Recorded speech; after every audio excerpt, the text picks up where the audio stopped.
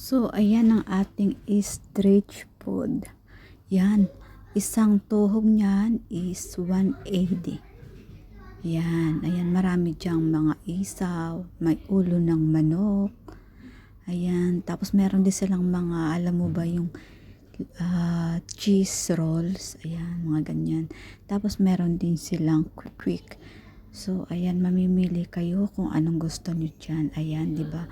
Para lang tayong nasa Pilipinas. So, ayan, pag namimiss nyo ang pagkain ng Pilipinas, so punta kayo dyan. Ayan, diyan lang yan. Sa Sala Aladdin, malapit sa Metro Station. So, ayan, mga kamams. Dahil tulad nating mga Pilipino, mahilig sa ganyang pagkain.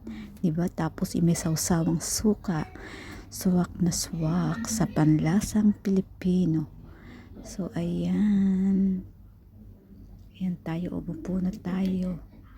Ayan, meron tayo syempleng tea with milk. Yan ang ating iinumin habang kumakain ng isaw. Ayan. Ayan na. Yan ay favorite ko. Kaya lang, syempre, medyo malayo yung lugar na yan. So, bihira lang din ako makakain yan. Yan. So, kahapon nagyayaan kami nung aking kaibigan. Kaya napapunta ako dyan bigla. So, ayan, kumain kami niyan. Isaw-isaw. Tapos, uminom kami syempre ng tea with milk. So, ayan.